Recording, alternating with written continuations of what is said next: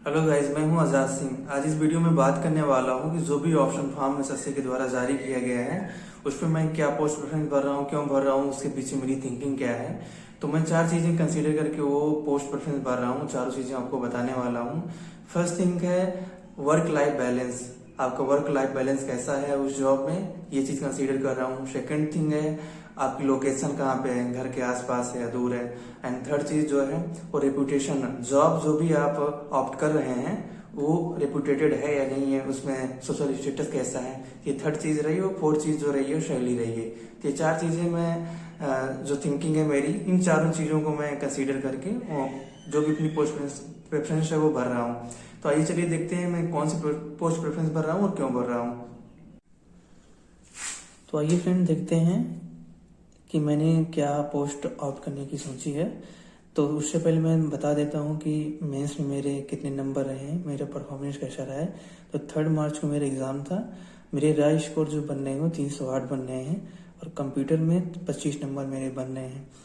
तो जो भी एनालिसिस यूट्यूब पर देखी है मैंने, उसके बाद एक्सपेक्टेड जो आफ्टर नॉलेसन जो एक्सपेक्टेड मेरे मार्क्स हैं वो जहाँ तक मैं अपना देख पा रहा हूँ 317 से 318 बन सकते हैं, क्योंकि 3 मार्च को था। तो 9 से 10 नंबर बढ़ने की पूरी उम्मीद है। तो 317 318 ठीक ठाक स्कोर है। यहाँ से 4600 ग्रेड पे की जॉब मिल सकती है आराम से। तो उसी हिसाब से मैंने अपनी पोस्ट प्रेफरेंस सेट की है। जैसे 4600 ग्रेड पी की मैं बात करूं तो वहां पे मैंने सबसे टॉप पे रखा है यशो इन एमईए। भले ही ये पोस्ट ना मिले बट मैंने फर्स्ट पे इसको रखा है। उसके बाद एएसओ इन इलेक्शन कमीशन, सिर्फ 2 वैकेंसी है यहाँ पे, इसकी भी कट ऑफ काफी हाई जानी है तो शायद ये भी ना मिले। तो फर्स्ट और सेकंड यहाँ पे ऐसे चांसेस हैं कि दोनों नहीं मिलने वाले हैं।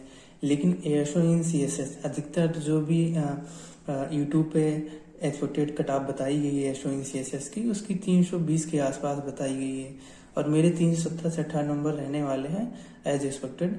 तो फिर 2-3 नंबर कट ऑफ अगर इधर उधर होती है तो एएसओ इन सीएसएस मुझे मिल सकता है।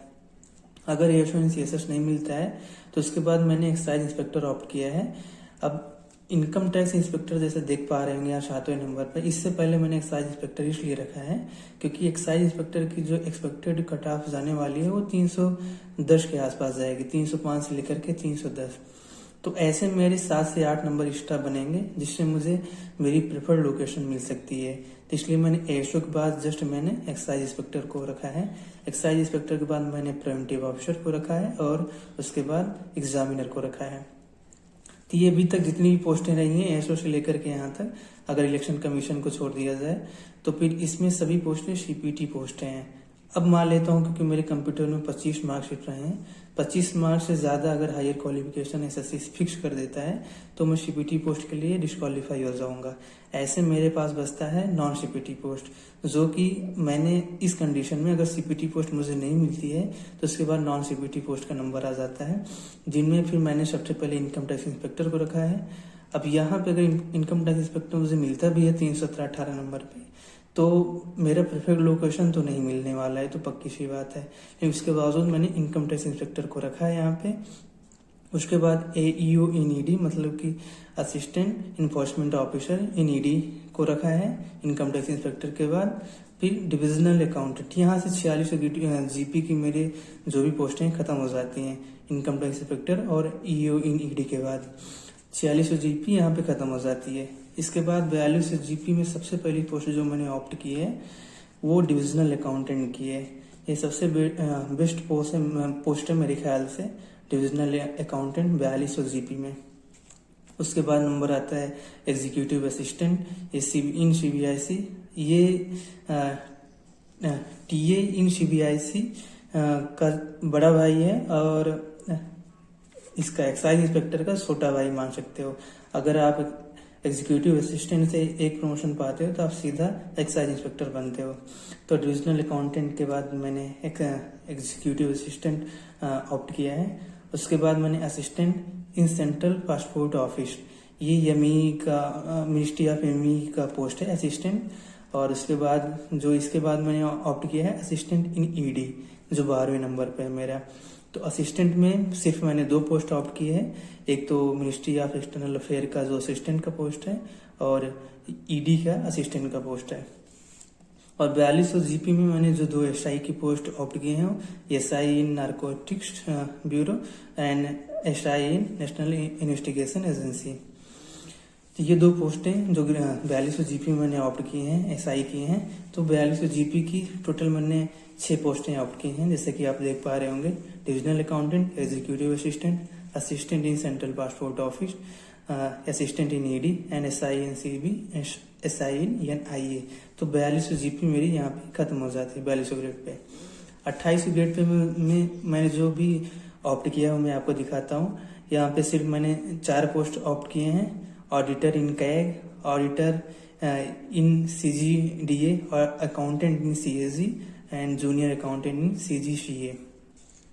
यहाँ पे इन चीज ऑडिटर इन सीजीडीए और अकाउंटेंट इन सीएसजी, इसको आप अदला बदली कर सकते हैं। अकाउंटेंट इन सीएसजी को ऊपर और ऑडिटर इन सीजीडीए को नीचे रखा जा सकता है। तो ये 2800 जीपी मैंने 4 पोस्टें ऑप्ट की हैं। और बात आ जाती है 2400 जीपी पे। 2400 जीपी में मैंने tax assistant in CBDT, tax assistant in CBIC, सबसे पहली प्रेफर्ड मेरी जो पोस्टें रही हैं 2400 जीपी में। टैक्स असिस्टेंट सीबीडीटी सीबीआईसी इसलिए है, खासकर सीबीडीटी की अगर बात करूं तो यहाँ पे आपका जो प्रमोशन है बहुत फास्ट है। 4 से 5 साल में आप 5 से 6 साल आप मान के चलिए, आप सीधा आप वांस इंस्पेक्टर की रैंक तक जा सकते हैं। और टैक्स असिस्टेंट में सबसे बड़ी बात जो है आपका लोकेशन, आसपास का लोकेशन यहाँ पे मिल सकता है। और टैक्स असिस्टेंट सीबीआईसी का भी कुछ वैसा ही हाल है। और इसके बाद जो मैंने 21वीं पोस्ट ऑप्ट की है, एसएए इन एमईएस ऑप्ट की है। 44 इसका जो है पोस्ट कोड है। इसके बाद पीए से ऑप्ट किया है मैंने। फिर यूडीसी की मैंने 3 पोस्टें ऑप्ट की हैं, ये D53, D51 and UDC in narcotics bureau. तो ये मेरी 25 पोस्टें रही हैं। इसके बाद अगर आप चाहें तो यूडीसी की जो भी बाकी की पोस्टें वो फिल कर सकते हैं, जिससे कि अगर मान लो कि इन सब पोस्टों में से आपको कोई पोस्ट नहीं मिलती है तो एट लास्ट जाकर के कोई पोस्ट जिनकी सबसे कम कट ऑफ जाती है उनमें से कोई एक पोस्ट आपको मिल जाए। ये मेरी 25 पोस्टें नहीं जो मैं फिल करने वाला हूँ। अगर ये मेरी पोस्ट प्रेफरेंस रही, अगर आपको इसमें कोई भी कमी नजर आए तो मुझे जरूर कमेंट सेक्शन में सजेस्ट करिएगा, जिससे मैं एक तारीख से पहले उन चीजों को ठीक कर पाऊँ। और अगर इन चीजों से आपको थोड़ी सी भी हेल्प मिली हो, क्लैरिटी मिली हो अपनी सोच को लेकर के, तो इस वीडियो को लाइक करना, चैनल को सब्सक्राइब करना मत भूलिएगा। मिलते हैं अगली वीडियो में, तब तक के लिए जय हिंद, जय भारत।